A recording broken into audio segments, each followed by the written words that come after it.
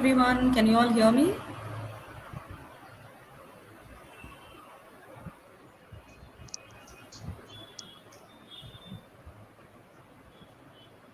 Great. Good evening. Good evening, Meena. Good evening, Ayush. Good evening.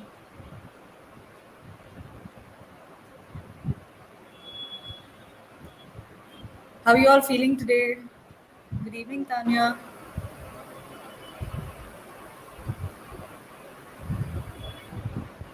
Good evening, Durga.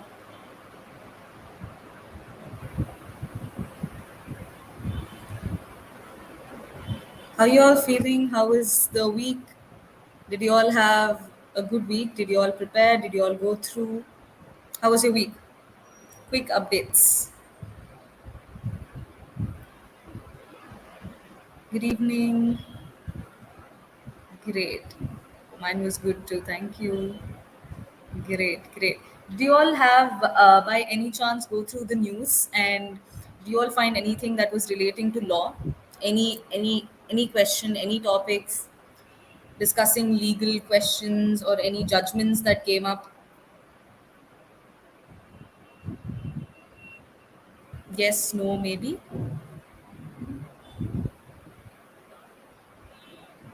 No. You have to look harder then.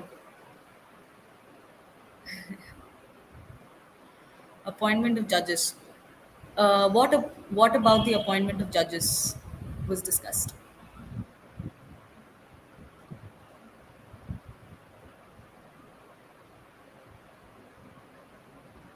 Yes, Akshay, appointment of judges is great, but what was this article with reference to? What was it talking about?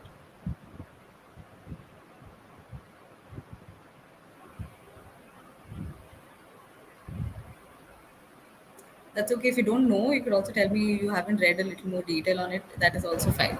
You don't have to worry. We're just having a very casual discussion, seeing if you're all keeping in touch with the newspaper articles, with your legal GK. Since today we're going to be doing legal GK 1, right? So I just wanted to check if you're all already in the flow, right? As discussed in the last session, it is very important for you to go through the newspaper every day, right? Akshit is done. Yes, it will be done by a committee of PM, CJ, and the leader of opposition. So basically, what is the procedure for the appointment of judges, right? And who are the people who appoint the judges, right? That is also very important, and that will definitely be asked with respect to static GK, right? They could ask who is the one who appoints so and so judge, right? Who is the Chief Justice of India right now, right? Who is the Attorney General? How many judges are there? Which judge came from, say, Kerala? Which judge came from Telangana?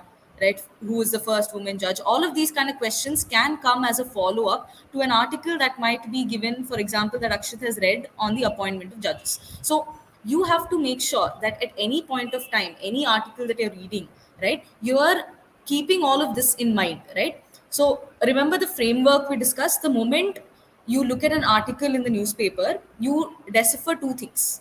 One is it from, can I read something that is purely GK? Can I read something which could have a legal aspect to it, right? In that way, if you cover, you'll be able to take in more information in just one passage, which is good for you, right?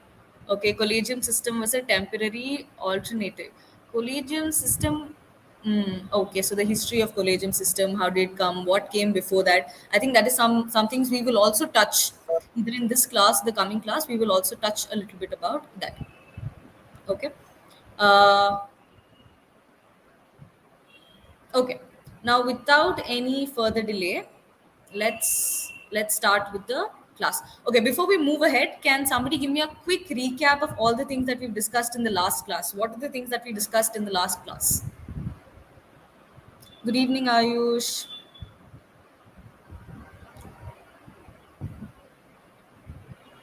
Yes. Who's going to tell me a quick recap of everything that we've discussed in the last class? Any one or two pointers or any two topics that we've discussed in the last class?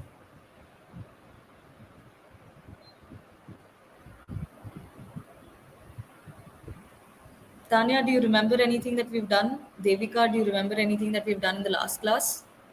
About the legal reasoning section. We discussed about the legal reasoning section. Okay. Have you all gone back and gone through the CLAT paper? Have you all gone through the CLAT paper and seen and have seen what are the kind of questions that are being asked? How are the GK questions? How are the legal questions?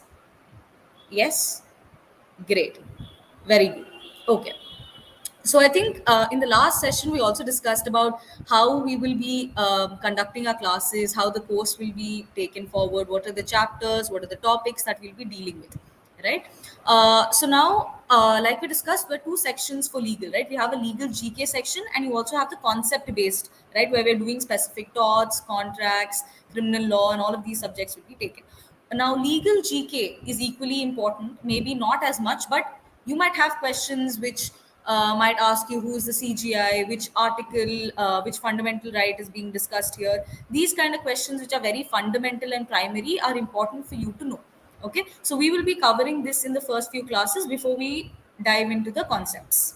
Okay, now coming to the first legal GK,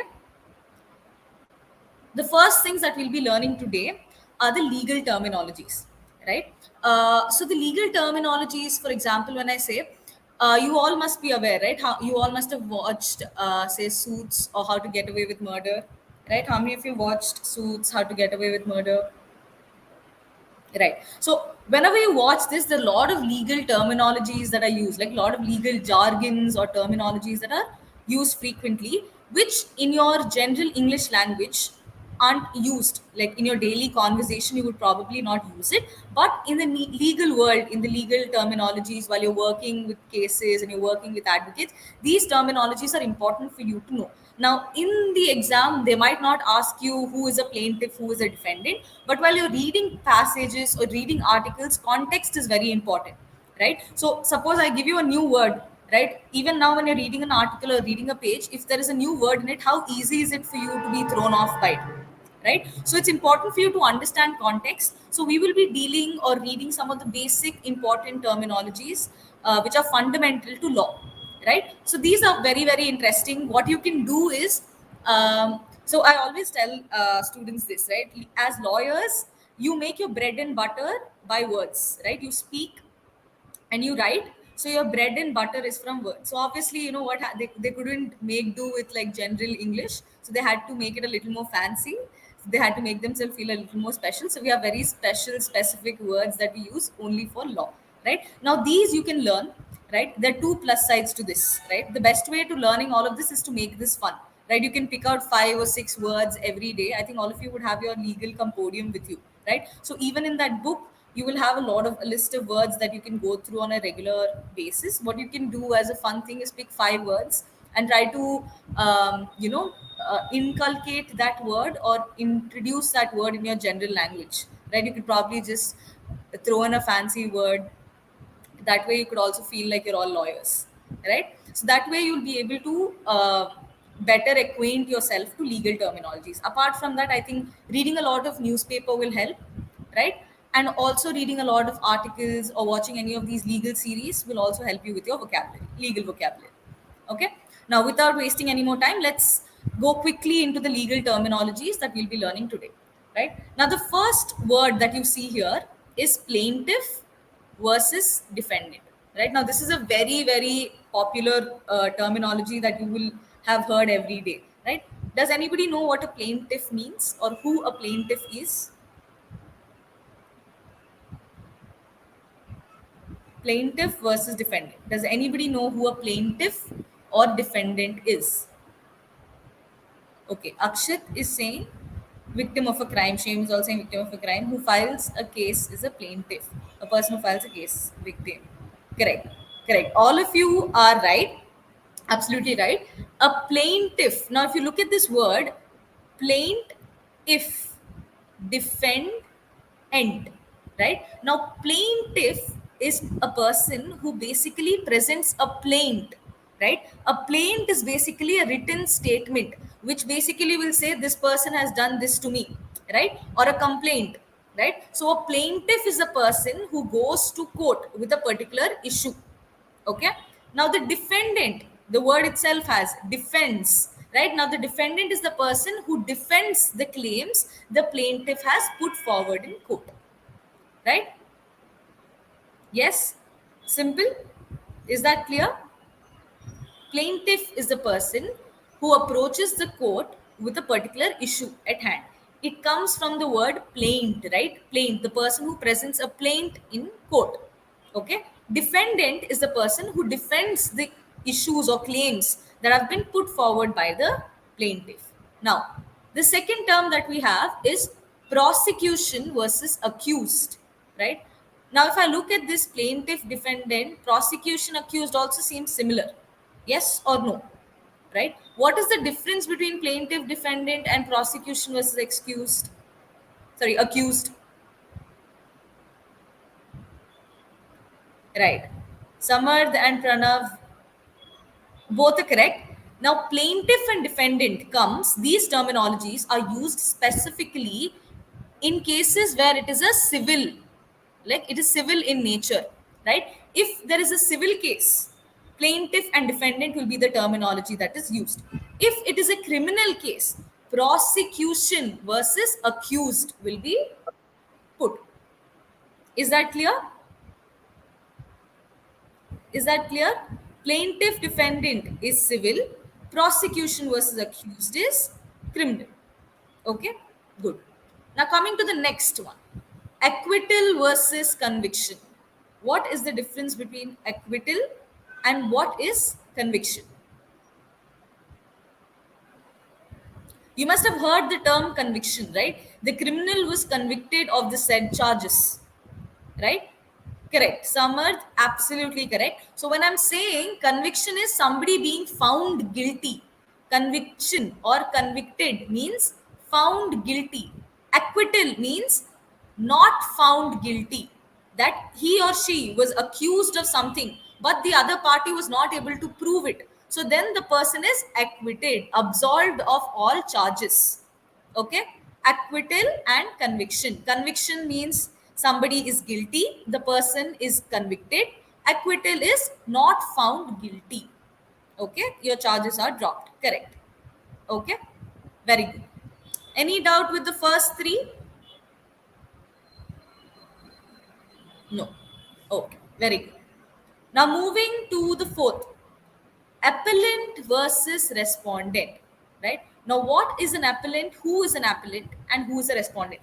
One primary thing, one small hint that I tell everybody is, whenever you come across any terminologies, try to see if you can break it into two parts. If you look at this says appeal, this says respond, right? Now tell me, what do you understand by appellant and respondent? Exactly. When the case is appealed in the higher court, or who files a case in a higher court?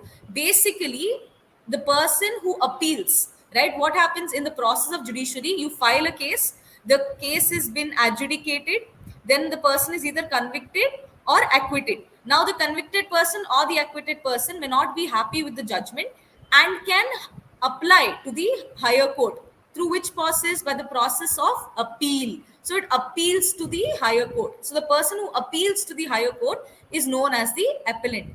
Is it necessary that the appellant must be either the plaintiff or it only always will be the plaintiff?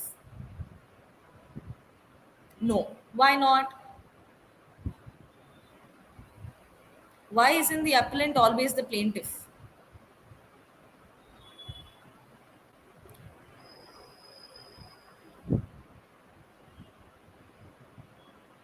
Exactly. Akshit, it's not necessarily that it has to be a convicted person. Anyone can challenge in higher court. Maybe I appealed a case, right? I said this person stole my bag, but I was unable to prove it. Now this person is acquitted. Maybe I'm not happy with it and I file a case. I appeal for the case, right? Maybe this person got convicted, right? And he is not happy with that case or with the judgment. So he might also appeal. So it's not necessarily that it's only the wronged party who will always appeal. Any party can appeal the case, right? That is why the whole system, the problem or the taunt that comes, no, that the legal system takes very long, because you have the process of appeal. Now there'll be appeal, there'll be hearings, there'll be judgments, right? Okay, so the person who appeals in the court is an appellant. Anyone can appeal in the court. Okay, who is a respondent? The opposite party. Whoever is going to respond to the appeal will become the respondent. Okay, clear?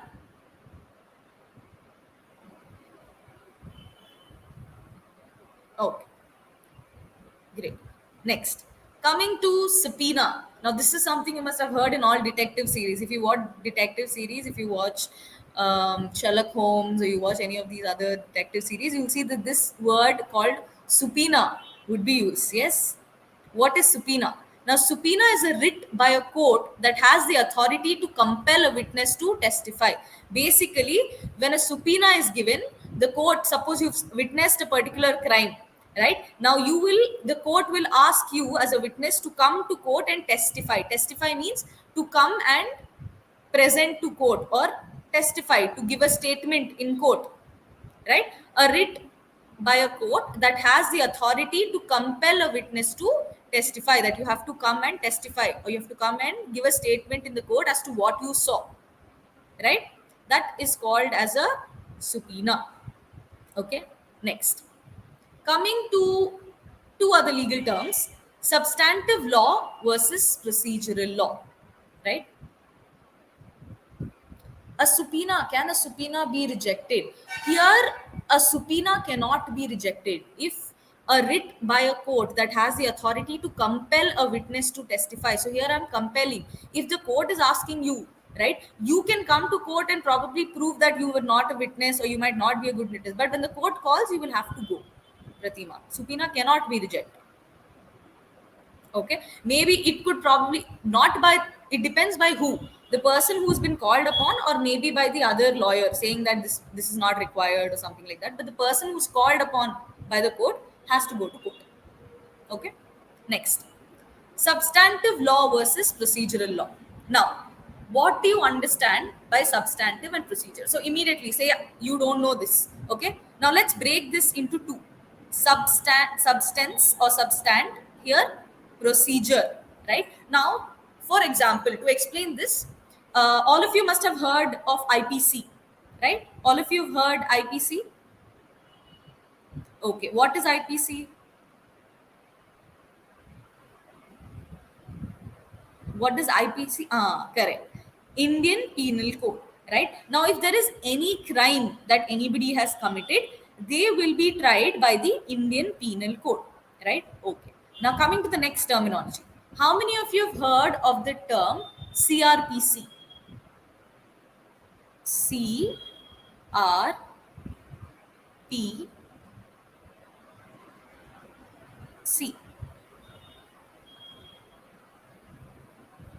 Criminal Procedural Code. Okay. Now, in civil law, you might have certain acts, right? You might have, say, a contracts act, right? You might have, say, a child adoption act, right? You might have mergers and acquisition. There's several acts that are there which will give you a particular legislation, right, where laws are given, right? In criminal, in the same way, in IPC, you will define every crime. For example, theft, murder, right, assault, right? All of these will be defined. Now, where whichever law defines things is known as a substantive law. So IPC will be known as a substantive law. It basically has the substance. It will tell you what is right, what is the law, right? Procedural law, for example, is CRPC. Now, I know what theft is. Now that I've caught somebody who has done theft, how do I present them to court? The procedure to present them to court, or the procedure after identifying a particular crime, is listed in your CRPC, right? Is that clear? That is known as procedural law. Exactly. Same way like CRPC, you have something called CPC, Civil Procedure Code. So in civil matters, there'll be a certain procedure that you have to follow. How do you present evidence? How do you go to court? How do you ask the other party to come? All of these procedures will be provided in your CPC. CPC and CRPC are procedural laws. IPC and all your several particular acts that come into picture, which define what a particular crime is or what a particular issue is will be stated under your substantive law. Is that clear? Were you able to follow the difference between substantive law and procedural law? Right? Yes? Great. Substantive law example is IPC. Civil law, your procedural law example is CRPC. Okay? Next. You have something else called as a tribunal. Now, how many of you have heard the term tribunal? What is a tribunal? It is wider than court. Okay, okay, close enough. Now here, these are known as special courts, right? Now all of you must have heard this Hindi dialogue, right, where they say talak pe what tariq pe tariq, tariq pe tariq, right? Whenever you hear any legal law person, they'll be like tariq pe tariq, tariq pe tariq, right? You know that it has this particular perception, law has this particular perception that it is very time consuming, right? That there could be a lot of delay. So in order to reduce the amount of delays, the system has created something called tribunals, which are known as special courts. Now these special courts are for specific purposes. For example, you might have an environmental tribunal, right? You might have a matrimonial tribunal. You also have something called customer for example, if you consumer courts, right? Consumer tribunals. So all of these tribunals are basically special courts made for specific purposes. Now this is done to reduce the burden of our high courts, supreme court, and all your other courts. Okay, correct. Akshit, you're absolutely correct. They're made to take up issues of specific matter. Okay, they're also known as right hand of courts. Correct. Right. Done. Clear? Clear with this slide? Any doubts with any of these terms so far? Okay. I hope I'll give you 1 minute. Quickly note down all of this. I'll give you 1 minute. You can quickly note down any of this or all of this. Any of the terms that are difficult, or you can write down all of this before I move to the next slide.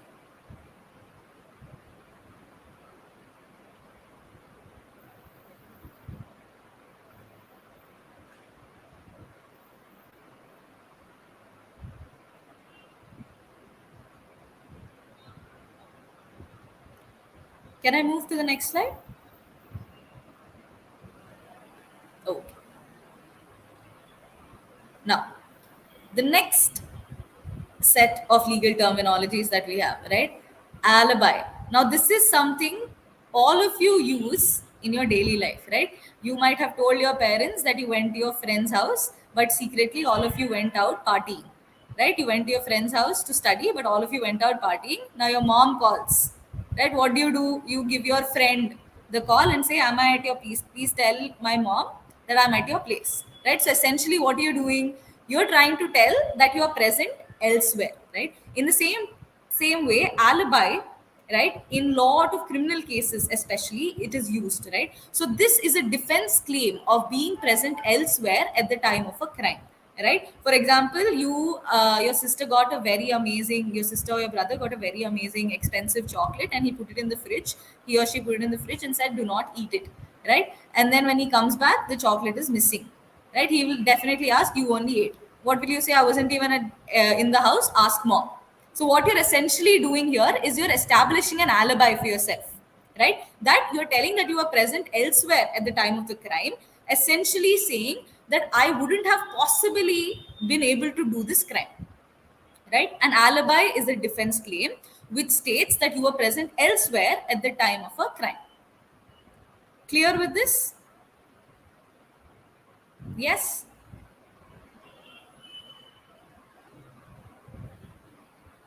Yes? No? Yes. Okay. Next, amnesty, right? Now, amnesty is a general pardon that is granted by government, especially for political offenses. Pardon, what is pardon? Yes, alibi can be used by anyone. It is a defense, right?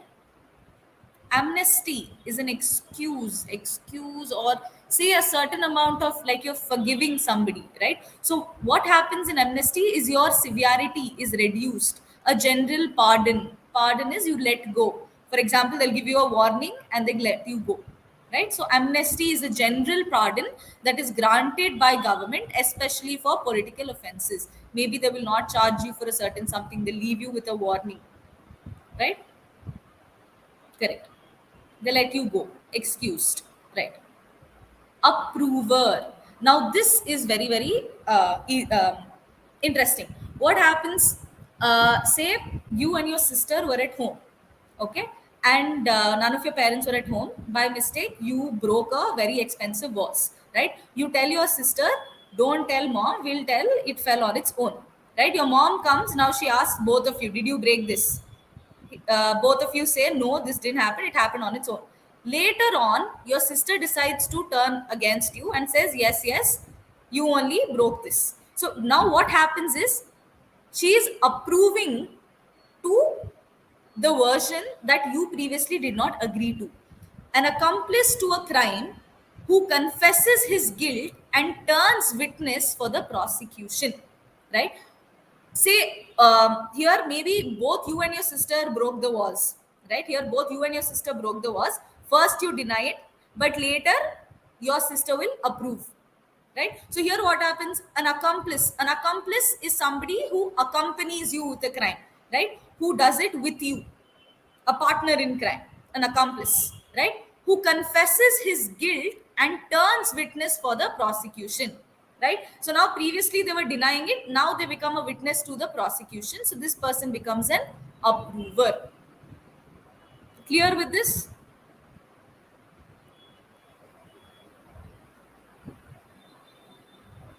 Great. Okay. Now, coming to the next terminology, damage versus damages. Can anybody tell me what is the difference between damage and damages? It's lawyers have to make everything complicated. No damage, damages. What is the difference between these two?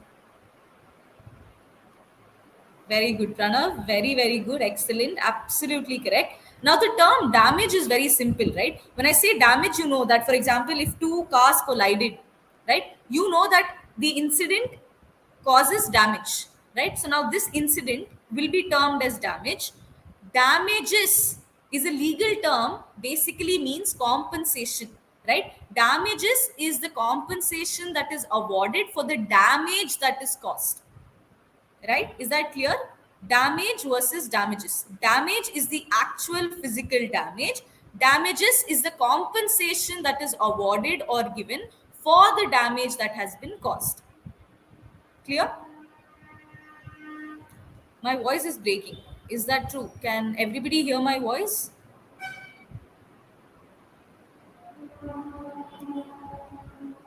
Right, everybody is able to hear. I think in case you find it's breaking, it might be from your side. You might want to check your internet. Okay, thank you. Okay, damage versus damages. Any doubts with damage versus damages? No. Oh, good. Now, coming to the next aspect, testimony versus perjury. Right now, all of you must have watched this in movies, right? Where they put their hand on a book or a Bible or Bhagavad Gita and say, "मैं सच बोलूंगा, सच के सिवा कुछ नहीं बोलूंगा." All of you must have heard this or seen this, right? Where they put their hand on a book in quote, right? So what they are basically doing there is, in case, right, they say a lie, right? In case they lie under that oath, they're giving a oath, right? Oath to give a testimony, right? It's an evidence. Testimony is basically a statement that you give in court, right? Under oath. A statement given under oath is known as testimony, right? Oath is the act that you put your hand on a book and swear that you're going to tell the truth. In case you are found to have lied under oath, it will be known as perjury, right? A person who lies under oath is known as an act where a person is lying under oath is known as perjury. Clear? Testimony is giving a statement under oath. Perjury is the opposite, where you lie under oath, right? Clear with this? I'll give you 1 minute. Quickly note this down. You will forget this, and if you think it's already in the book, there are a lot of words in the book, so it won't be possible for you to go through each and every word. These are some of the important primarily used words and terminologies, so please note them down. It will help you revise later on. Okay, I'll give you a minute. Quickly note this down.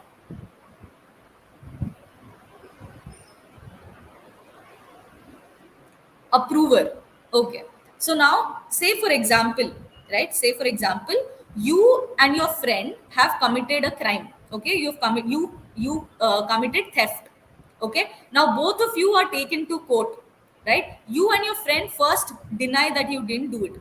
Later on, your friend, right, your friend feels very bad and says, yes, yes, it's absolutely true, me and him both went and stole that particular valuable item. So what happens is, previously he was denying it, now he is approving it, so he becomes an approver. Approver to what? To the statement made by your by the other party. The other party, the person who's blaming you, right? Previously you were denying it, now you're approving to whatever they are saying.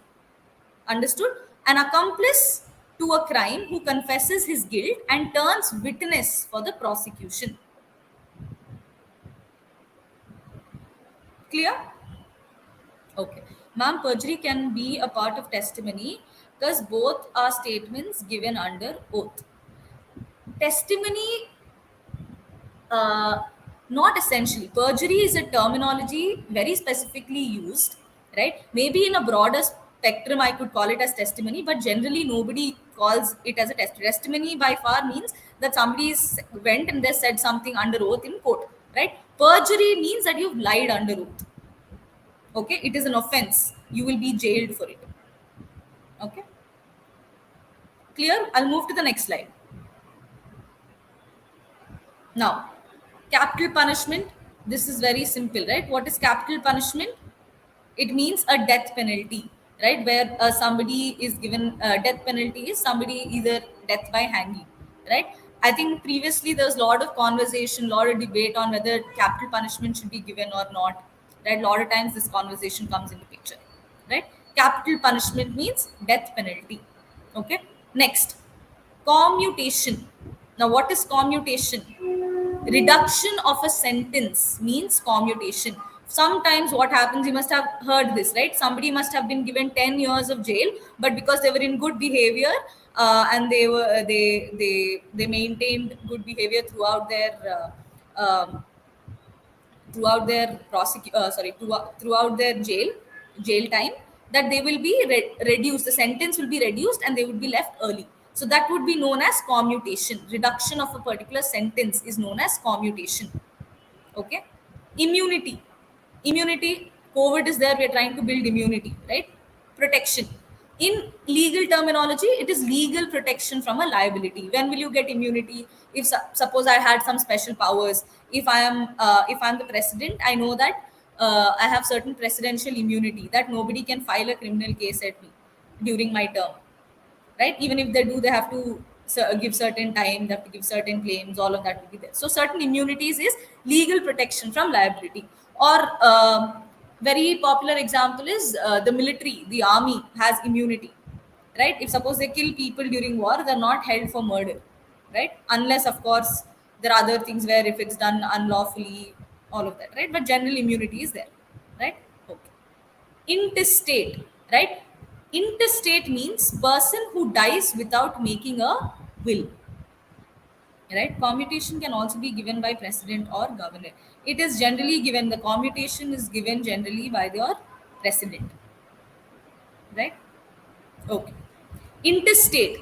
Intestate means person dies without making a will. Now what is a will? What is a will? You must have heard this, right? People receiving lots of money, a lot of property in their will. What is a will?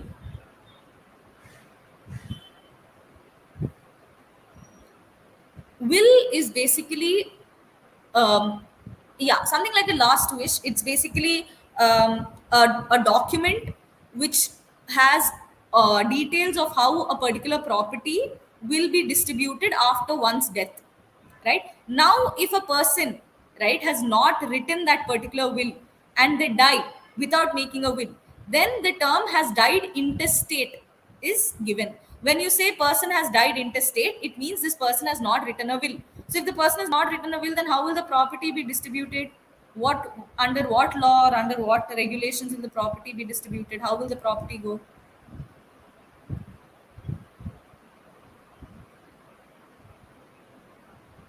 How will the property go?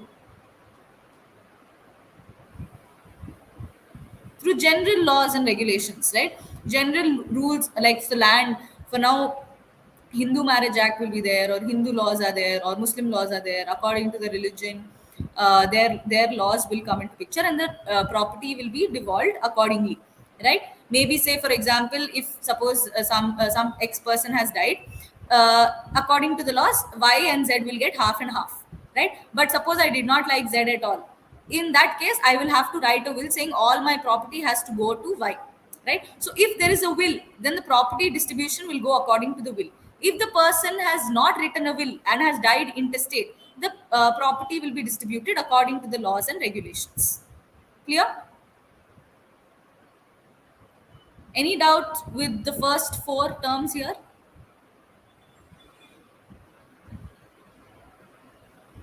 Any doubts with the first four statements? No. Okay, great. Now, sabotage. What does the term sabotage mean? To deliberately destroy something, right? You go ahead and destroy something in on purpose. Your enemy or somebody you don't like is doing something, you don't like them, so you just destroy their project, or you do something like that, right? So what happens? You're deliberately destroying something, that is known as sabotage. Proliferation, act of stealing in small amounts, right? This happens a lot of times in legality, comes with respect to banking, where the bank manager has taken little amounts, diverted little amounts over a period of time, right? So that is known as proliferate, right? Sabotage could be anything destroying. Yes, it could also be destroying evidence. Anything I do on purpose, right? I'm destroying something on purpose, becomes sabotage. Okay. How do you define small amounts? It could be over a period of time, and that's a general conception of small amounts. It doesn't have to be, see, over a period of time, it amounts to something big. So when I'm doing that in smaller chunks, it's known as proliferation. Say for example 10,000 I have I have taken from somebody's account. Then again you do this, no, you go to your parents account every day, 10 rupees from their wallet you will take. So what you're doing, essentially doing proliferate, you're taking acts of stealing in small amounts, little by little. Or ants do this, right? You might leave a sugar cube outside, over a period of time small chunks of sugar is taken, right? So that act of stealing small amounts is known as proliferate, right? Proliferation. Next, homicide is killing of an animal, of a human being. Homicide, right? Culpable homicide will come, murder will come, right? Murder and culpable homicide are two different things. We will discuss this detail when you're doing criminal law. But the general terminology for killing of a human being is known as homicide. Okay, homicide. Clear with all of this? Can I move to the next slide?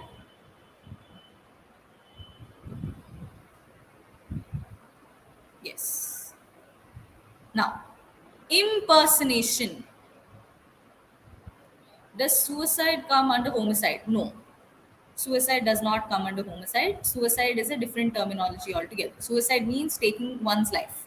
Homicide is killing of somebody, right? Somebody else is killing somebody. We don't know whether it is accidentally or if it is done on purpose, is different. Okay. Proliferation is taking small quantities over a period of time. For example, when you have fraud cases, right? What happens over a period of time? This happens where somebody is taking EMIs from you over a period of time, and then eventually they realize that they've stolen 80 lakhs from you. Maybe every month they were taking 2 lakhs, 3 lakhs, 4 lakhs. Right, but when you look into the whole, it was 80 lakhs that they've taken. So this act of taking constantly small amounts, like stealing, is known as proliferage. Did you understand, Anuradha?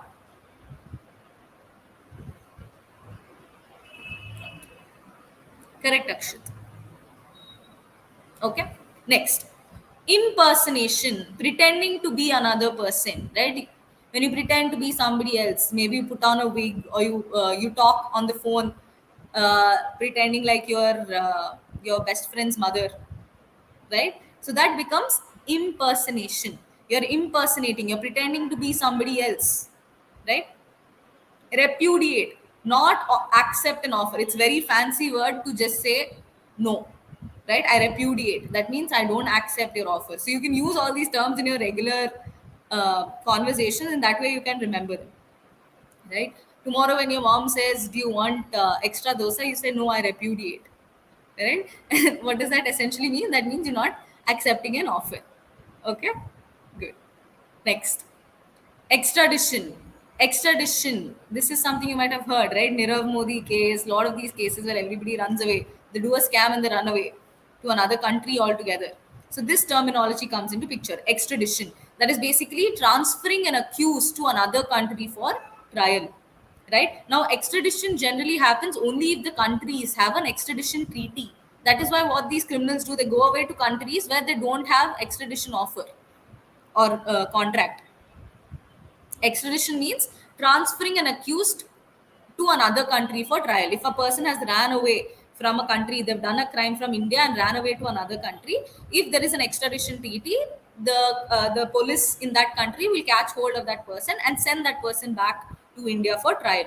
So this terminology, this process is known as extradition. Okay.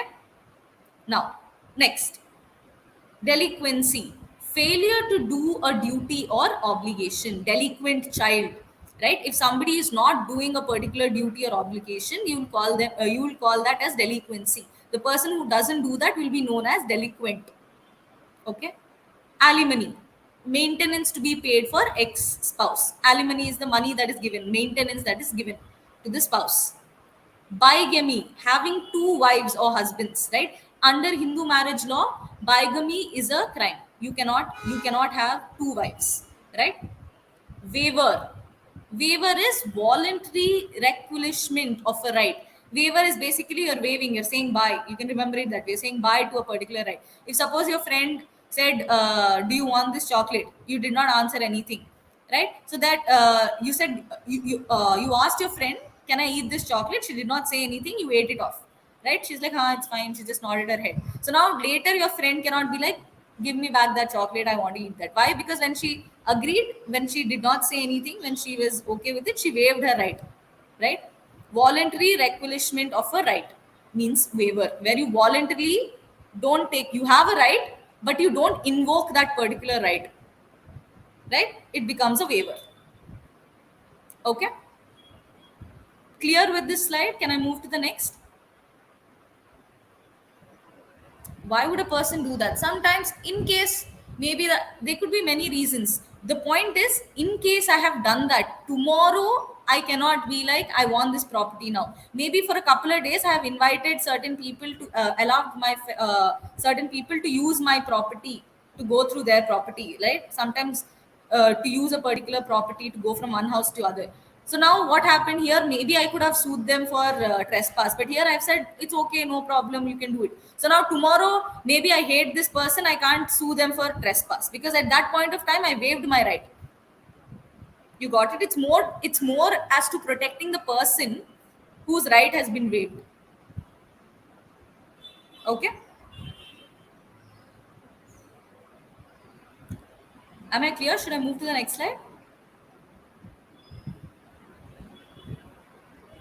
Okay.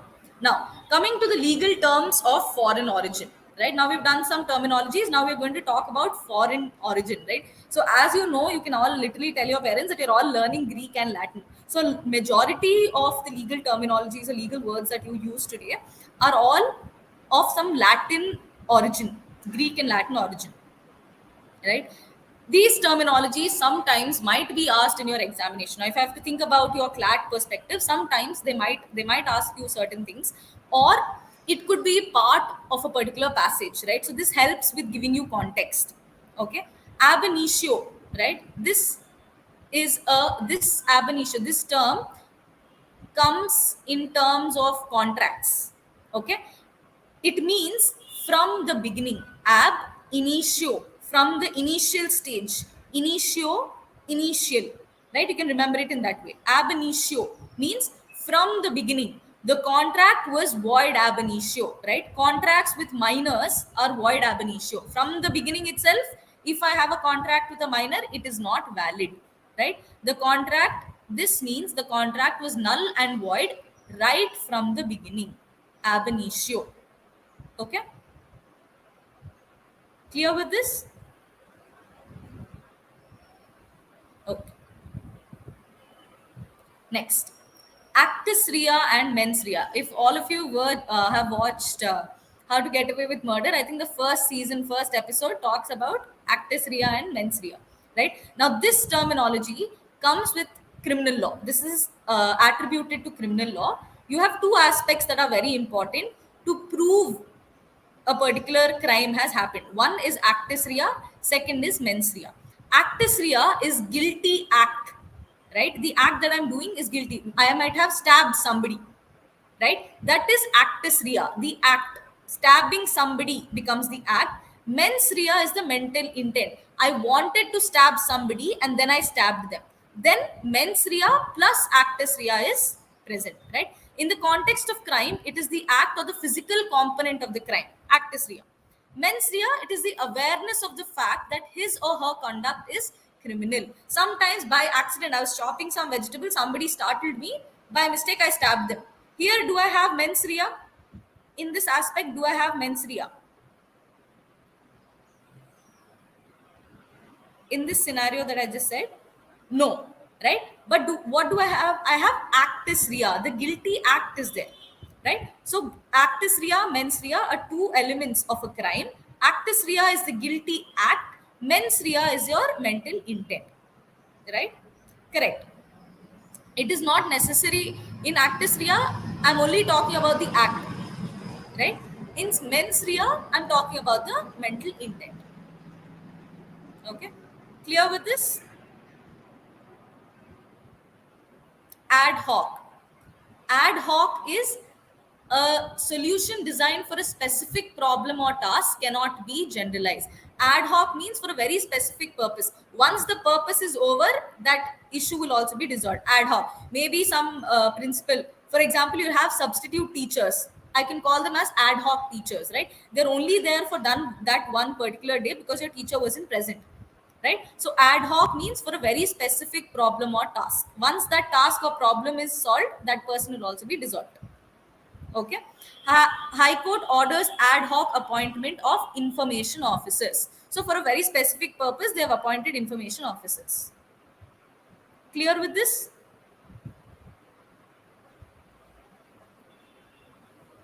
Okay. Ad idem. Now, this is also a terminology that is relating with contracts, right? Now, ad idem means meeting of the minds between the parties to a contract where all understand and have accepted the contractual commitments made by each other respectively. Basically, say I've said I want to buy your pen. I say I want to buy your car. I might I might be talking about your real actual car, but you are thinking I'm talking about a toy car. So here what happens? There is no consensus ad idem. Ad idem means meeting of minds. Okay. If there is no meeting of minds, consensus ad idem is the entire term. Ad idem is meeting of minds. Consensus ad idem is if in case two parties have come together and they're agreeing on the same thing in the same sense, then there is consensus ad idem. If they're not agreeing on the same thing in the same sense, then there is no consensus ad idem. Okay, consensus ad idem is meeting of the minds. Clear? Yes.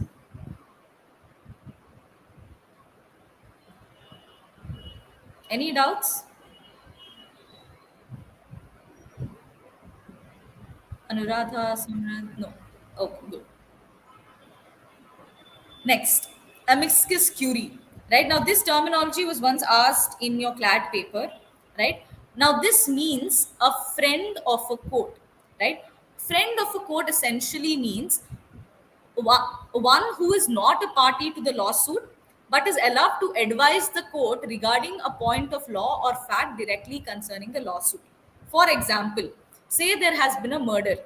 Right now, I might call a forensic expert to tell me whether this was murder or was it suicide, right? Sometimes you remember, like, they'll look at the marks on your neck.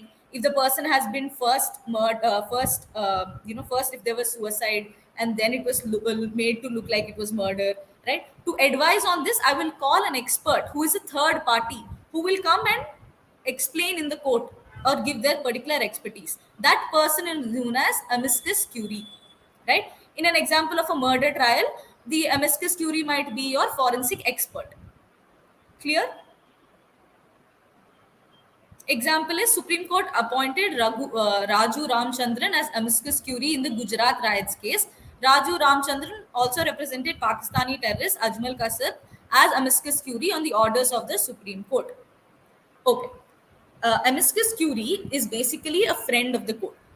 Example is, suppose there has been a murder trial, right? Now you're trying to figure out if this was suicide or frame, or somebody is being framed for murder. So I will call a forensic expert, right? A forensic expert who will come and tell you. They will look at the marks, they look at the body, and they will tell you at which time the death has happened, or if this could have been a murder or this was a suicide. Now this person is known as the amicus curiae. He is a friend of the court. He is a third party who's not one of the parties involved in the lawsuit, and he is going to advise the court on a point of law or a fact that is directly concerning the law. He's basically an expert. Okay, is that clear, Samrat? No, the police's job is only to gather evidence, right? Sometimes once the evidence is there, you'll have to prove several points, no? So sometimes for that case, the court will appoint an amicus curiae to give them better technical expertise, right? The police might not know so many details about some forensic, if a death has happened, if it's murder or court. I might not have the substance to it, right? If there is, say, for example, financial fraud has happened, I might not understand all of this. So I might put in a person, an expert who understands this, to give me more clarity. Clear? Okay. Correct. Next, bona fide and malified. All of you must have taken your bona fide certificates when you were in 10th standard, right? What does that certificate say? It says that you're a good student. Yes. So bona fide, malified. Bona fide means anything that is done in good faith, right? You do it with good intention. Malified is something that you've done with a bad intention or fraudulent intention. This comes into picture. For example, I might trespass into somebody's property, but I do that because I'm trying to save their dog from a fire. So here I don't have malified intention. So I will not be held for a particular crime. So your sometimes your intention becomes important or relevant in a crime. So in that sense, bona fide and malified are introduced. Bona fide is something you're doing in good faith. Malified is something you're doing in a bad intention, mal intention, bad intention. Right? I can have a CBI agent, I can have any person, an expert, essentially an expert, be part of a case to give me more insights, right? And evidence is gathered. I'm asking you to explain the particular evidence, if that is a good evidence or a bad evidence. Can I use that evidence? All of that an expert can only tell, right? So that is essentially an amicus curiae, an expert, a friend of the court. Clear, Ananya?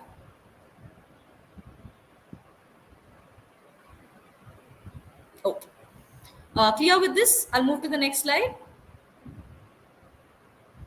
Can you explain again? You want me to explain bona fide and malified, Anuradha?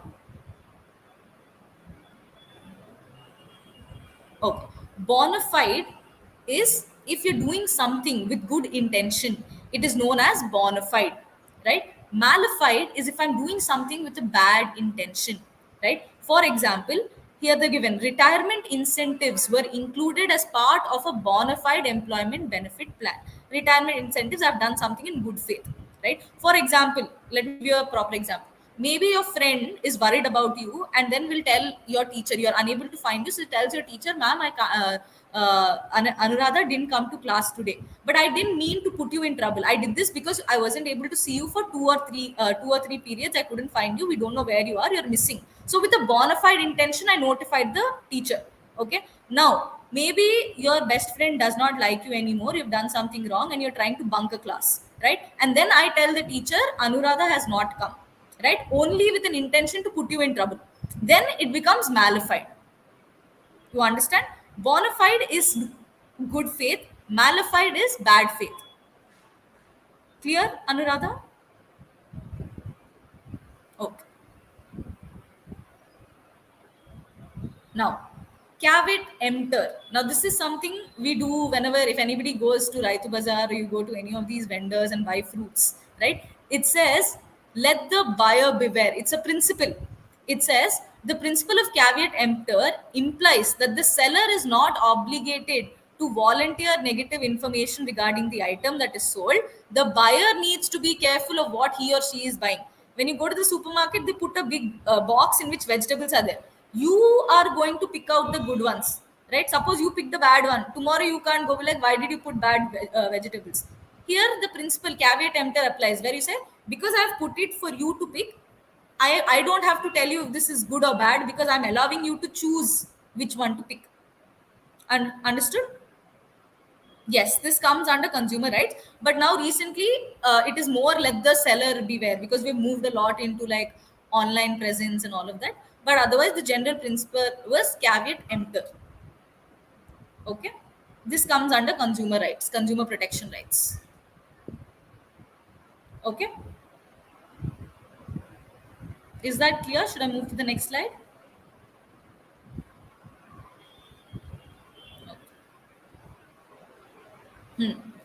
Compos mentis, right? Compos mentis, composed mind, right? If somebody is of compos mentis, that means this person is of sound mind. If I'm saying non compos mentis, that means not of sound mind, that is mentally insane, right? Usually mentally insane people will be given certain exceptions in certain laws, right? That is why compos mentis, non compos mentis. Compos mentis, she tried to prove that her grandmother was no longer compos mentis and needed a legal guardian, right? That means compos mentis is sound mind. Non compos mentis, his grandmother was non compos mentis when he wrote his will bequeathing his entire property to his arch rival, right? Non compos mentis. Okay, clear with this? Very simple, right? Compose, composed mind, you can remember it in that way. Non compos mentis, non composed mind. Okay, should I move to the next slide? De facto and de jure. Now, de facto means standard of practice, right? By fact. De jure means by law. For example, what happens uh, here? Microsoft is de facto standard word processing software in the world. De facto is by the fact it generally becomes a standard thing, right? For example, all of us de facto use Mozilla Firefox. That doesn't mean sorry, Google Chrome. That doesn't mean I cannot use Mozilla Firefox. De facto standard practice, everybody does this, right? That is different from de jure. De jure has more weightage than de facto has. Maybe everybody by practice, say for every 1 month you take. So maybe by practice every 2 months somebody is taking rent, but de jure by law every month you have to pay rent, right? So there are two different things. De jure is possession of small amounts of marijuana in Texas is de facto legal. De facto is by fact everybody has it, but by law it is illegal. But de jure it is illegal, meaning it is illegal, but the state can't prove it, right? Everybody de facto is by standard practice. De jure is by law. Clear with this?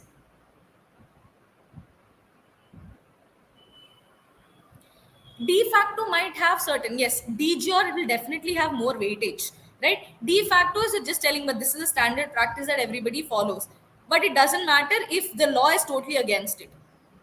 Understood? De facto is something that is done by standard practice. An example for that is, now we all de facto use say Google Chrome. That doesn't mean I can't use Mozilla Firefox, or I can't use a certain other this thing. De jure means it is by law that you're doing something, right? Possession of small amounts of marijuana in Texas today is de facto legal. That is, everybody in Texas might possess some amount of marijuana, and this is like a fact, right? But is that legal? No. But de jure it is illegal. Okay, maybe I can say de facto all superstars or powerful people have guns, but de jure it is illegal to have them. Understood? Okay.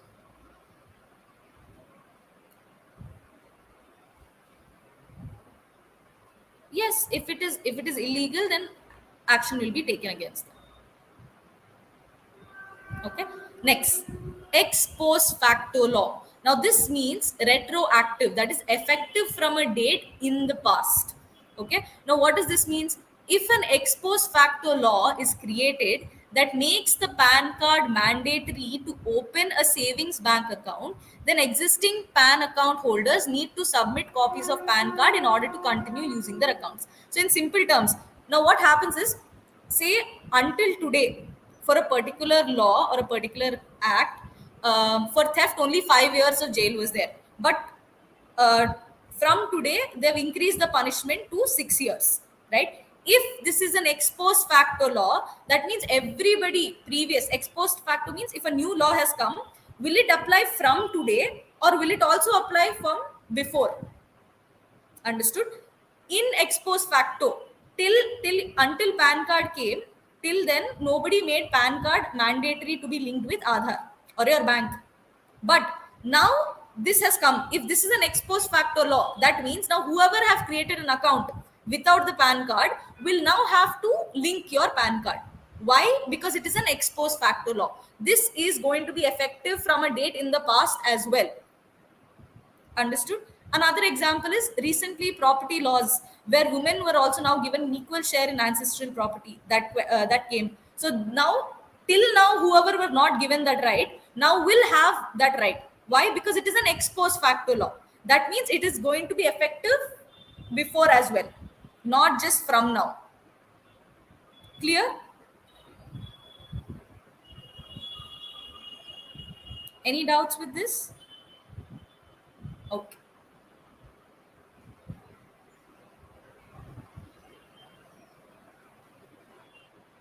If it is an ex post facto law, yes. If not, then no.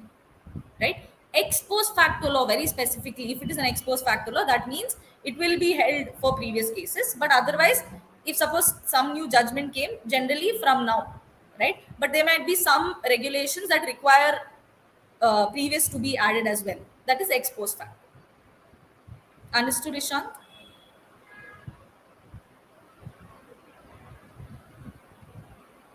Okay. Now next, in personam and in rem. Now this is something that comes. You'll also read this again when we're doing thoughts, right? So what does this say? It states that you have a right in personam, in person, against a person. In rem is against the whole world, right? Now look at the example for this. I have leased my house to Ravi, and I have a right in personam to collect the rent from Ravi, right? Now suppose I if there are two people in contracts, right, the third person will not come and ask for something. I will have a right personally against one person. In rem, my ownership of a house gives me a right in rem that no one can take it from me.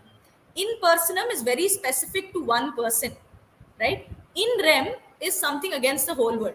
Now if I have a property, okay, I bought a property, nobody can enter that property, right? Now the house is there.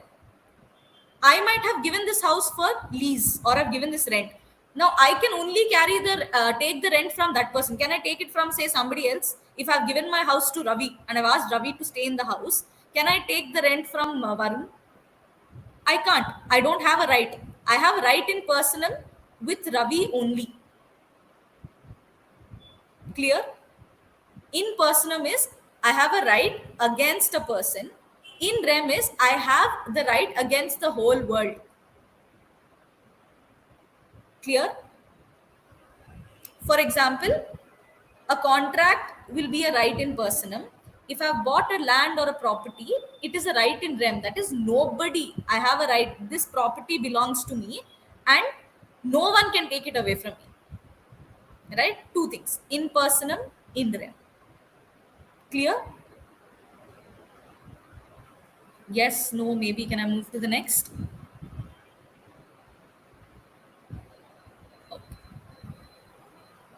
Another, intravirus and ultravirus. Right? Now, intravirus means within the power, ultravirus means beyond the powers. Right? For example, if a particular accident has occurred in Goa, can the Hyderabad High Court take up the case? If something has happened, some incident has happened in Goa, the Hyderabad, why? Because it is ultra virus, it's beyond the powers. Intravirus is within. If something has happened within Hyderabad, then it is intravirus, I will have the power. Right? If an act requires legal authority and it is executed within the authority, it is intravirus. If somebody is acting beyond their authority, it is known as ultravirus. Clear? If an act requires legal authority and it is executed without the authority, then it is ultravirus. Clear with this? Intravirus and ultravirus. Somebody is acting within the authority or their power, it is known as intravirus. If somebody is acting beyond their authority, it is known as an ultravirus act. Clear? Yes? Yes. Okay. Now, obdictor dictum, right? Dictum means dictation, right? You hear. So obdictor dictum, whose here, whose words do we care about? Obviously, the judge. In legal profession, you only care about what a judge is saying, right? So the judge's expression or opinion that is uttered in court or in a written judgment, but not essential to the decision and therefore not legally binding as a precedent. In other words, it's an incidental remark. Basically, say in this example that they've given, right? The judge is saying that you shouldn't have a tinted here in case involving the truck sale being governed by the Uniform Commercial Code. The observation by the judge that SUVs also ought to be governed by the Uniform Civil Code is obdictor dicta because it is not dealing with the case at issue. For example, somebody is asking me a very specific: is this should a particular element, say, should tomato be a vegetable? Right? While I am judging, while I'm saying yes, it should be a vegetable, I might say an incidental. I also feel like, say, an apple should be a vegetable. Right? It is not a judgment, but it is an incidental remark that I'm making. But it has some amount of weightage, but not a lot of weightage. But that expression or an incidental remark that I'm making is known as obdictor dictum. Right? Basically, any additional thing the judge is saying while giving the judgment, it does not have any legal binding. It merely gives you the opinion of the judge. That is known as obdictor dictum. Basically, an incidental remark or an opinion of the judge while that person is giving the judgment. Clear?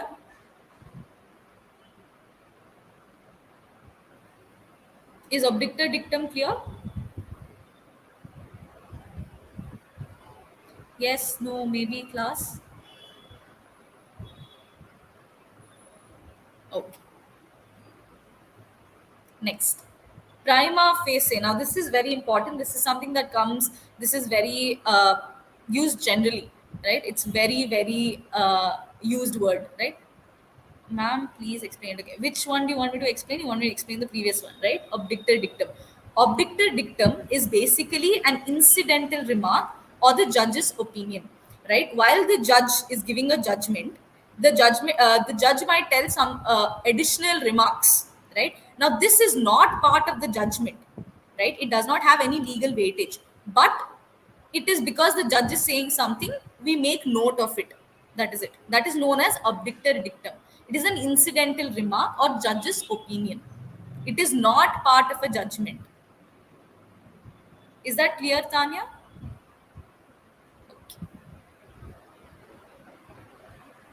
Now, prima facie, right? Prime face. That is on the face of it at the first glance. The moment I saw it, it looked like that, right? The moment you entered your house, you saw that the fridge door was open. The chocolate wrapper is in your cousin's hand. So you assume that he ate the chocolate, but it might be true, it might not be true. But prima facie, that means on the face of it, a fact presumed to be true unless it is disapproved, right? On the face of it, the moment you look at it, it looks like something. So the moment you look at something is known as prima facie, right? I heard thunder last night and today morning there was puddles of water in the lawn. This is prima facie evidence that it rained last night. Understood? Clear? Prima facie is on the face. The moment I look at it, it looks like this. It may or may not be true. It can be disproved, right? But the moment I looked at it, that is prima facie. It is innocent until proven guilty, regardless. Prima facie means the moment I saw something, it looks like this, and I'm assuming this, right? Maybe my assumption is wrong. It can be disapproved, but the first impression of a certain something is known as prima facie. Okay, first impression. Is there any other example? Um, Say there is a body, there's a dead body, and the murder weapon is in my hand. So prima facie, everybody will assume I am the murderer, right? Maybe later on it could be proved that I just walked in and I saw the knife and I picked it up, right? But the moment you saw on the face of it, it looks like I murdered somebody. Understood, Samrat? Yes, it can be right or wrong. Prima facie only means first impression, right? First appearance. Okay. Next, quid pro quo. This is a very fancy term for this for that or tit for that, right? Quid pro quo means this for that. Okay. It is alleged that Nimmakada Prasad invested hundreds of crores in Jagati publications in exchange for favors in the allotment of Vanapik land as part of his quid pro quo deal. Right? I will do this, you will do that. Quid pro quo. Okay. Clear? Okay. Next, vis major or force major, right? How many of you watched Oh My God? Or in that, I think Telugu movie, Pawan Kalyan movie was, what was that? I forgot. Have you all watched Oh My God? Some Krishna. What was the other movie? Oh my god, yes, you all watched it. There's a Hindi version of, sorry, there's a Telugu version also of this. I don't know how many of you watched that also, but there was a Hindi. Oh my god. So the entire story revolved around act of God, right? So vis major or force major is the legal term or the Latin term that is used. It is called, it means act of God. So generally, no one is responsible for an accident which arises out of vis major. So the loss needs to be endured and no one can be sued, right? If it's a natural calamity, there's a tsunami or an earthquake or sudden, some natural calamity has occurred, then nobody can be blamed for it, right? It's an act of God. Nobody will be held liable, right? It's a natural disaster. Correct, Pratima. Flood, yes. All of that will come under this. Okay, the name is vis major or force major. Okay, now coming to the next part, your legal maxims. Okay, now we looked at some of the Latin terms, we've looked at some Latin phrases. Now we are going to come at a maxim. A maxim is generally a phrase or like a saying. Now these are important because out of these concepts have come across, several concepts of law have come out, right? So that is why legal maxims are important as well. Okay, now here, audi altrum partum. Audi, auditory, altrum, alternate, partum, party. It means hear the other party, right? It's a principle in law. Obviously I have to listen to the other party before I should make a decision, right? So audi altrum partum is known as, here is also means hear the other side. No one shall be condemned unheard, right?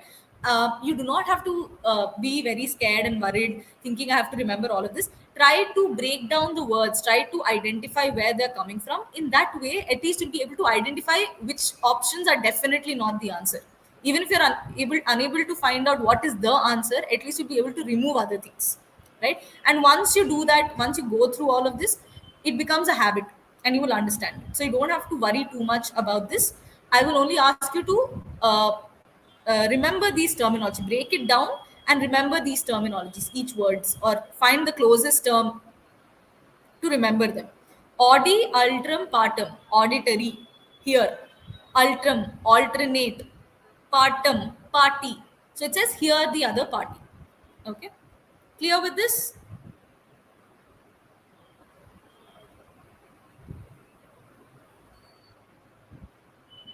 Now, actus non facit riem nisi mensit rea. I know there's a lot of words, it's very intimidating. Let's just try to look at the words that we understand. Actus is what? Act. Okay. Non, okay, some act. Non facit riem, not able to understand. Nisi, nisi means no. Mensit rea, mens rea is what is mens rea? Mental act, right? So act but no mental, there is an act but there is no mental element, right? I can make that out. Now the act does not make one guilty unless there is a criminal intent, right? So in this way you can remember things. Like, you might not understand the entire word, the entire sentence, it's fine. Try to pick out words that you understand, and then try to remind yourself of, okay, what are the things that I've learned? Okay, I've learned about this, so definitely this would be the answer. So that would be a better way to go ahead than to sit and by heart all of this. You can't by heart them. It's not even required for you to by heart. Just try to understand. Take the principle and the concept. Okay, clear with this? Can we move to the next slide?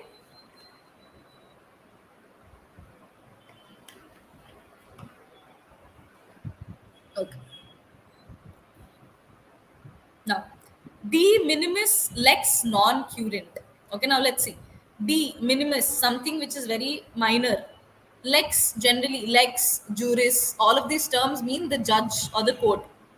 Non, no. Current, cure. So, tiny things. The law does not take notice of trifling things. This person pinched me, I won't take this person to court, right? Tiny things, right? So the law does not take notice of trifling matters. De minimis lex non current, right? De minimis is minimal, tiny. Lex means law. Non current, will not cure. Understood? Yes, no, maybe. Yes, okay. Now, in a incubit probatio cudict non q negate. Okay, here it means the burden of proof lies upon him who affirms, not who denies. In other words, the accused is considered innocent until proven guilty. This is very complicated, you do not have to worry too much, but remember this in the back of your head. If it ever comes back, you'll be able to at least remove the other options, right? What do you want me to explain, Ishant? Which one do you want me to explain? This one? Previous one? Okay. Basically, for minor things, for tiny, tiny issues, you should not go to the court, or the court will not entertain things. Somebody pinched me, somebody hit me, your friend must have hit you. Will you take them to court immediately? No, there are a lot of things. So tiny things. So for $10, somebody stole my $10. Will I take them to court, Supreme Court, High Court? I can't, right? Because de minimis lex non current. For tiny things, the court will not take into picture. Is that clear, Ishant? Okay. Okay. Is this clear as well? Yes, Pratima. You heard a case. Was it the recent case where some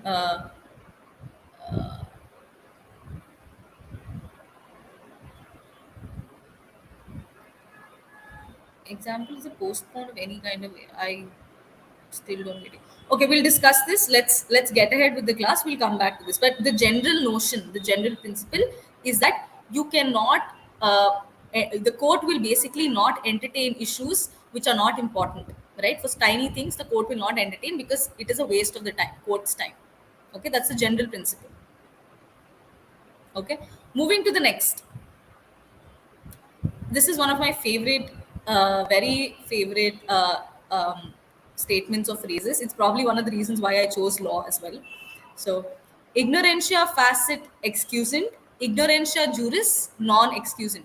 Ignorantia is ignorance, fact, excuse. Okay, ignorance of fact, excused. Ignorance, juris, I told you, is law. Of law is not excuse. So I can say certain facts, if I don't know that certain fact, I can excuse, but I cannot go and say, I did not know this was the law. I can't go to the US and cross the road with where there's no zebra crossing and then be like, I did not know this is a crime here. I have to know. Ignorance of law is not an excuse. You cannot say, I did not know this is the law, right? So this is where you understand that law has a lot of power, knowledge has a lot of power. You can never say, I did not know this is wrong. Maybe to a certain fact, maybe say, somebody said, there is a fine of 20 rupees, I paid 15 rupees thinking it is 15 rupees. Here of certain fact there might be a difference, and that is fine, that is okay. But of law, it is not an excuse. Understood? Ignorance of fact is excused, but ignorance of law is not an excuse. Clear with this? Yes. Okay. Now, judex non potest est testis in proportia causa. Judex is judge, no testify in proportia causa. Basically, a judge cannot be witness in his own cause. I cannot say I am a good person, or I cannot say I know that I did not steal this, right? In your own case, you cannot be a judge. You cannot be a judge. A judge cannot be a witness in his own cause. I can't stand as a witness. I can't testify for my own self. Clear?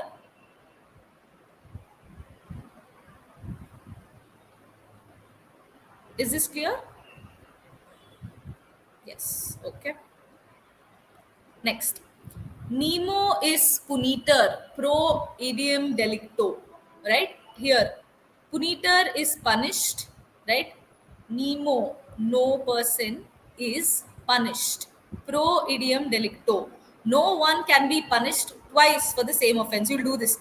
Maybe you broke something, your mom scolded you, then your dad comes and sees it, your dad also starts scolding you. What will you say immediately? Arey, mommy already scolded me, you don't tell me again. Right? Generally, once you're already punished for a particular crime, you cannot be punished again for it, right? I've already been punished, I came out of jail, again nobody can throw me for the same thing. For something else, yes, for the same thing I can't be punished twice, right? Same offense, I can't be punished twice. Clear? He might have murdered somebody else, right? So that is a different cause. I can't be punished for murdering A twice. I've murdered A is dead, I came out, I did the sentence, I came back again, I can't be gone. I might have murdered somebody else. That is different, right? For the same offense means not murder, same offense is same cause of action, same subject. Understood?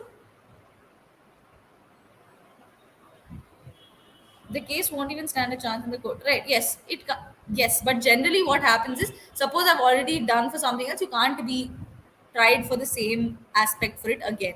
It has to be for a different cause of action. Stealing the same house, it might be, stealing the same house might be, that is a different thing. For the time, say in June 2020, I tried to steal something, right? And I failed, and I was caught, and I was put for something else. Again, I tried stealing that in the next. So this becomes a different cause of action. Understood? For the same issue, for this particular incident, one particular incident, I can't be punished twice, is all that it's saying. Clear? Okay, great. Next, qui facit per allum facit per se. Now, this is something that comes in contracts again.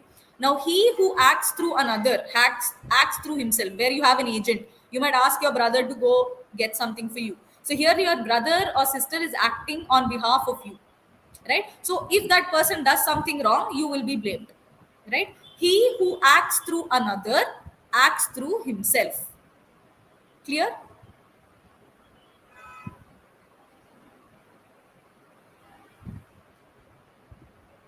Yes, no, maybe.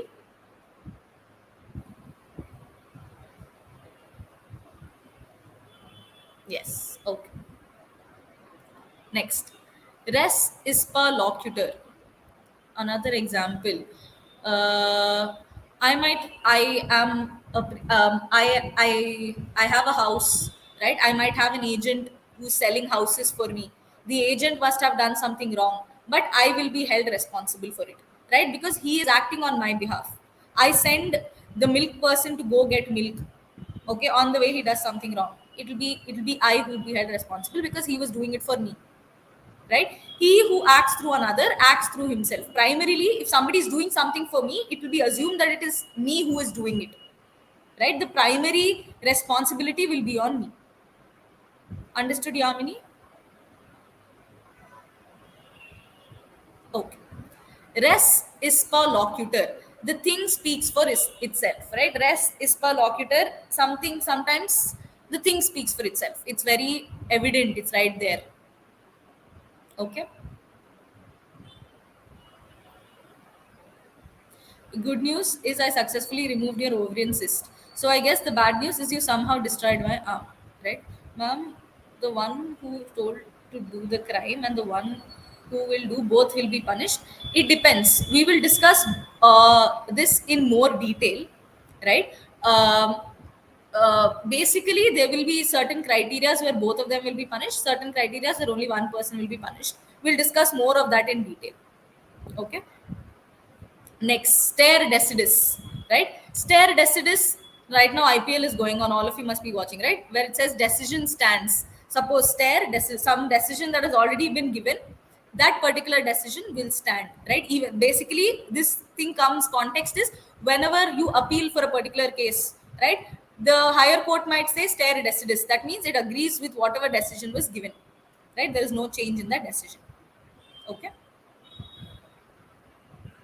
Now, ubi jus ibi remedium. Jus is right, remedium is remedy. So, where there is a right, there is a remedy. Wherever you have a right to a certain something, there is a remedy in case that right is taken away from you or infringed. Right? Infringed means taken away. Okay? Ubi jus ibi remedium, which means where there is a right, there is a remedy. Okay? Are we clear? Should I go to the next slide?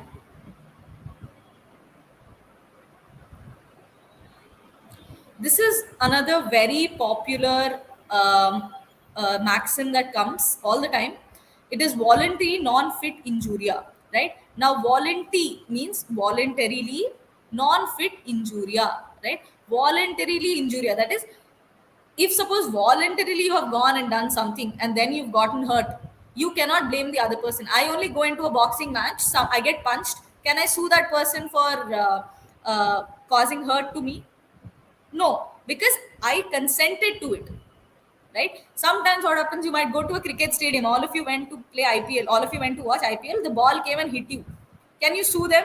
No, you can't do that because I'm sitting in that, I have consented to it. I understand that whatever arises out of the game will be uh, you know agreed upon in reasonable terms, right? The basic essence is if I've consented to something, I cannot later blame the person to hurt him, right? Does that make sense? Yes, no, maybe. Yes. Okay.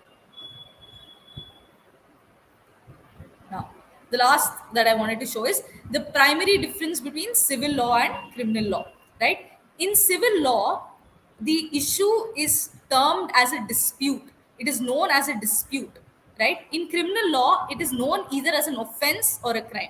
So sometimes when you're reading a passage, they will not tell you, they will not tell you this comes under civil law or criminal law. They just use the dispute between the parties is. So the moment you read dispute, you should understand that this is a civil case, right? Or the offense that has been done by this party, or the offense or the crime that has been done. So you know that immediately this belongs to a criminal case.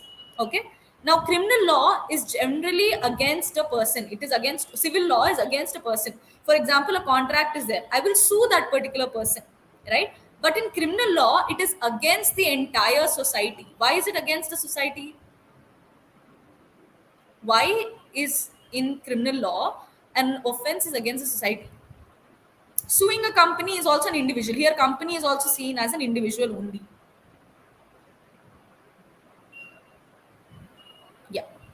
Now, why is criminal law against society? Have you ever noticed how it'll always be Ram versus Sham or something, but in certain other cases where there's a crime, it will say Raghu versus state of Telangana, Ram versus state of Goa, or see uh, Tamil Nadu, state of Tamil Nadu, state of Karnataka, right? Things like that. Have you ever noticed? Yeah, versus state, right? Why does the state become a party in a criminal law? Why does the state become a party? Because state has a duty to protect people. State has a duty to maintain law and order.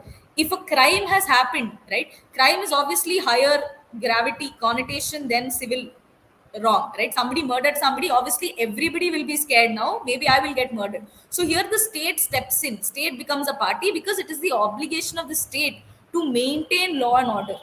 Okay, that is why in criminal law it is always against society. Okay, civil law is not so severe. Criminal law, it is very severe, right? The punish, basically the severity in the sense of the crime, right? Punishment, here you will get damages. Damages is what, again? Compensation. In criminal law you have fine. It is a fine, it is not a compensation. You'll be fined, you, there's a penalty or an imprisonment. Okay, or sometimes death penalty is also given. Okay, examples for civil law is torts and contracts. For criminal law it is murder, extortion and theft. I'll ask you to quickly note this down. This will help you later on. If you have any doubts, you can just quickly note this down. It's just some points, so later when you're doing a reference or revision you can read this.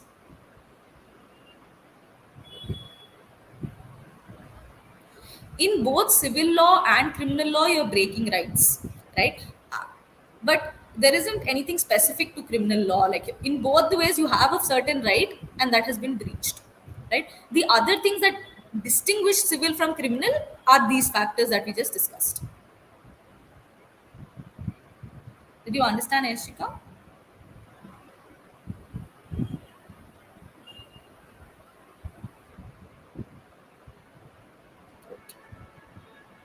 Quickly note this down.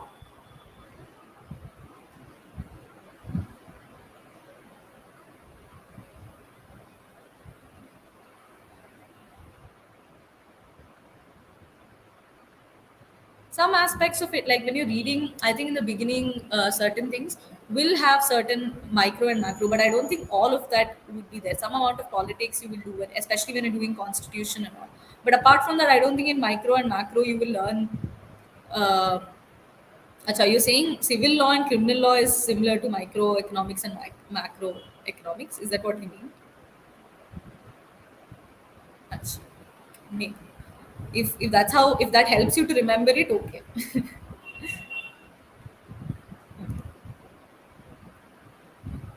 Okay. Are we done? Are we all done? Any doubts?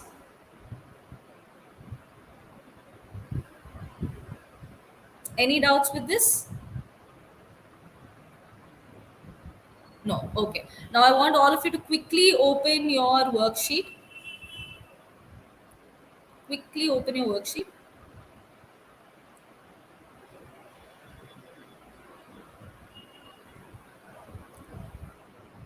All of you quickly open and let's do 1 to 15.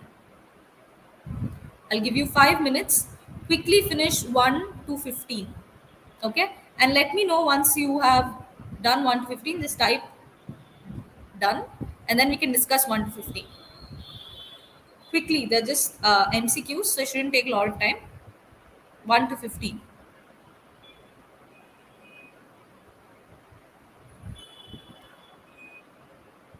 This is not in a book. You will all be receiving worksheets, right? It will be in your on the website.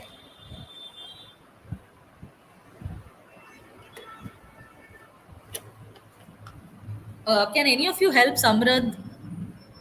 Yeah, I'll check. Could you please check, Samrad? You will be given these worksheets 1 to 15. Simple MCQs. Yes? Everybody? What about Anvesh, Hina, Ayush, Ishant, Dhruv, Yamini, Mahi? Are you all in the class? Are you all listening? Are you all doing the sheet? Where are you all at? Yes. Okay. Ready? Can we all start the discussion? Yeah. Okay. Now, the first MCQ here, testament. Right? What is the answer? What are the meanings of the following terms? Now, one is D, Ashika, correct. Testament means will, correct. Euthanasia. What is euthanasia? A, mercy killing, correct. Very good. Three, adjudication. What does adjudication mean? You adjudicate a matter in court, not adjournment. It is pronouncing the judgment order. Third one is C. When you pronounce a judgment order, you adjudicate in court, right? The third adjudication is C. Tanya, correct. Ashika is also correct. Extradition, Nirav Modi, fourth one. What does extradition mean? C, correct. India and the UK will deport criminals on reciprocal basis to each other, correct. Okay. Fifth one, moot. You'll have this a lot in your schools, a moot court, which will be done in college after you get into your law schools. You'll do this. A mock court for practice by students in general. Okay, good. Accomplice, we have discussed this. Sixth one, accomplice, an associate in crime. Correct. Very good. Seventh one, admonition. Admonition. Seventh one. B, an expression or warning by court. Admonition will be given. Correct. Very good. Eighth one, an insolvent person is one who is B, bankrupt. Correct. Very good. Ninth one, a person who makes an affidavit or deposition is called ninth, deponent. Correct. A deposition, deponent. Right? Correct. 10th, a group of persons chosen and sworn in to hear and pass verdict upon evidence brought before a trial, inquest, or inquiry is called 10th one. B, jury. Right? In India, we don't follow the jury system. In US, you have a jury system. Right? Okay. 11th one. A written statement in the name of a person by whom it is voluntarily signed and sworn to be called. 11th one. B, correct. It's an affidavit. An affidavit is a document that has been sworn, right? Or signed. Okay. 12th. Criminal or suspect who is on the run. 12th. C, a fugitive, right? You say a fugitive is on the run, right? Correct. Reduction of a severe sentence to a lesser sentence is called 13th one. Answer is commutation. Correct. Very good. 14th. The person who takes up proceedings against the accused on behalf of the state is called 14th one. C. Correct. Prosecutor. Very good. A call of authority to appear before the judicial officer is called C. Summons. Very good. They'll summon the person to come. Very good. Next, let's do 16 to 30. 16 to 30. Okay. Let's do 16 to 30 and discuss. Students who already finished, you can message saying done. So I know you're all done. Very good. Pranav, Devika, Ishant, Yamini, Anuradha, all of them are done. Very good. Dhruv is also done. Good. Great. I think bunch of you are done. Okay. I think we should discuss. Okay. Now, coming to 16th one. Identify the meaning of the given foreign word. Quasi. What is quasi? Quasi judicial. Right? What does quasi mean? No, it is B. It is similar to, right? It's not similar. Quasi judicial system, right? It means something that is similar to the judicial system that we have. Quasi. Pari pasu means on equal footing. 17th one is B. Very good. It is equal footing. Okay. 18th, persona non grata. This is something that comes with reference to international law, right? Person not grateful. We are not grateful to that person, or that person is not invited or unacceptable. It is C, an unacceptable person, not gracious. We are not great. It's not ungrateful person, but it's a person who we are not gracious. We don't want to invite. Basically, what happens? Say, for example, today India, Pakistan, or India, China on big war came, right? So now the person, the embassy or the ambassador of China will not no longer be, uh, you know, um, welcomed. So he will have to go. He or she will have to go back. He becomes persona non grata. He or she becomes persona non grata. Okay. 19th, in toto, right? A, completely correct. 20, post mortem. This should be most simple. After death, right? 21, suo moto, of its own motion. The court can suo moto take up cases that is in public interest. Your PIL's public interest litigation comes under this. Right? 22nd, when a legal proceeding is adjourned, signed, dine, it means D. Very good, Akshit. It means the court was adjourned for the day, not given a day of continuation of the proceeding. Signed, dine is they did not tell when, not given for the continuation of the proceedings. They didn't give a date. Okay. 23rd, an ex parte decision. Ex parte is without the other party being present. Ex parte decision is said to be given if the decision is given 23rd. 23rd is B, without hearing the argument of the second. Ex parte decision. That means only one party was there, you heard that party, and because the other party didn't come, it is ex parte decision. Right? Sometimes the other party refuses to come, then that time also they're given ex parte decision. Right? 24th, alibi means a plea by an accused person that he. 24th, everybody should remember this. A. Yes, correct. That is, the person was present elsewhere. Very good. The term locus standi refers to locus, the locality, locus standi. 25 is A, the right of the party to appear and be heard by a court. The locus standi means the primary standing, the local standing. That is the right of a party to appear and be heard by a court. The locus standi of a court, of a person. Okay. 26th one. Which of the following words means the following? On the face of it. We've done this. Prima facie. Prime face. Very good. According to law. C. Correct. Correct. De facto is according to fact, right? Or standard practice. This is by law. Jor. Okay. A friend of the court. C. Very good. Amicus curiae. Correct. Expert. With fraudulent intent. 29th, C, malified. Very good. Good intention is bona fide. A right with respect to an individual is a right dash in personam, right? In rem is against the whole world. Very good. Now let's do the last stretch of questions, 31 to 40. Okay, quickly take 5 minutes, 31 to 40. Okay, don't get intimidated, try to remember words, break it down into words and see if you can remember those single words. Okay, great. Okay, let's do the last stretch of questions. Let's see. Qui facet per allum facet per se. This is relating to contracts, right? 31st one. Enchant, no. That was one of my ignorance. That is different. 31 is C. He who acts through another acts through himself. Right?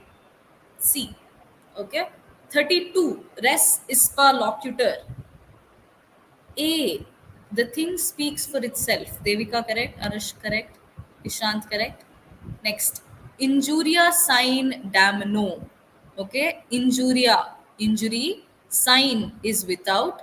Damno is damages. So injury without damage. So 33 is B. Violation of a legal right without any damage. There is injury, legal injury without damage. Very good. We'll discuss this again detail when we come to torts. It's a tort case. Okay. Res judicata asseter pro veritate. 34th one is B. A thing adjudicated is accepted for the truth. Okay. Ignorantia juris non excusum. Now, Ishant, you tell me what is the answer for 35th one.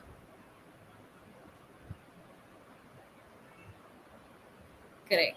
35th is D. Ignorance of the law is not an excuse. Okay, good.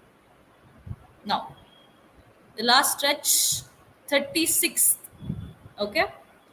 Sudeep, a member of the selection board of a government service, was also a candidate for selection of the same service. Sudeep did not take part in the deliberation when his name was considered and approved. 36th one, answer is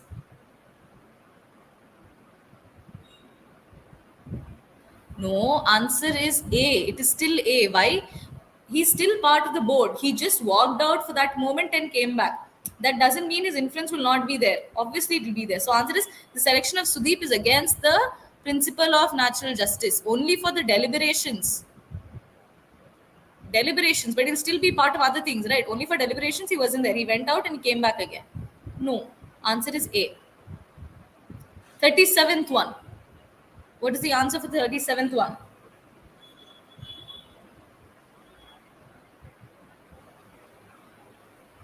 Now, judgment of a competent, a judgment which binds only the parties to the suit in which the judgment was passed is called judgment in personam, whereas a judgment that binds all men, irrespective of whether they are party of the suit, is known as judgment in rem.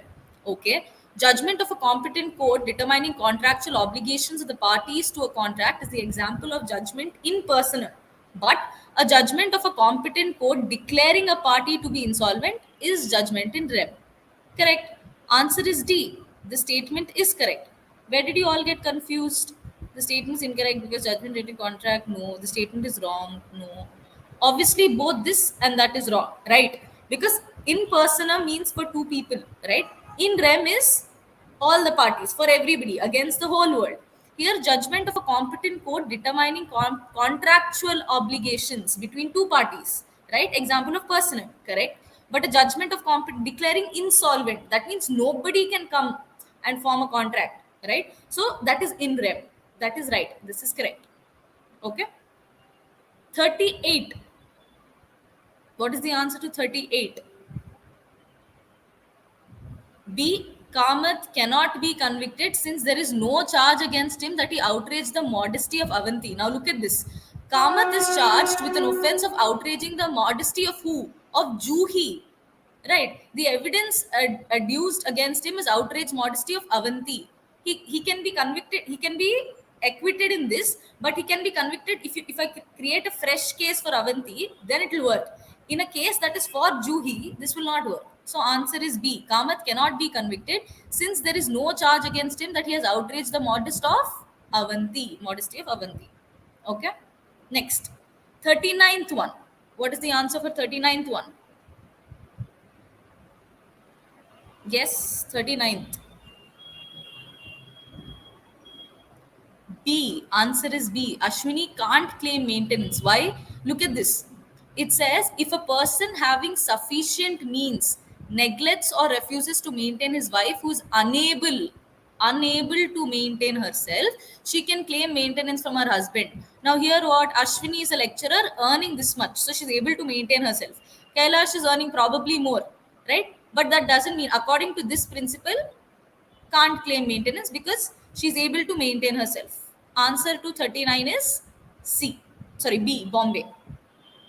Okay. Now the last question, 40. Who's going to tell me this?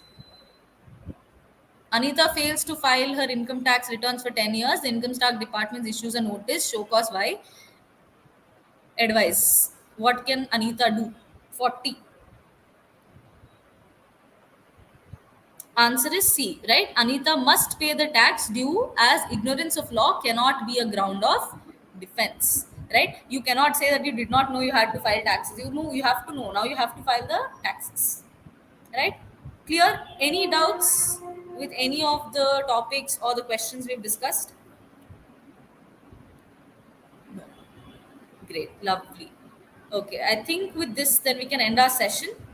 Okay, please make sure you go through your textbook. Okay, go through everything that you've learned today and see if you have any doubts with this part or this section. Then you can ask me tomorrow in the next session if you have any doubts, or we can carry forward. Okay, I hope you have a great weekend. Thank you.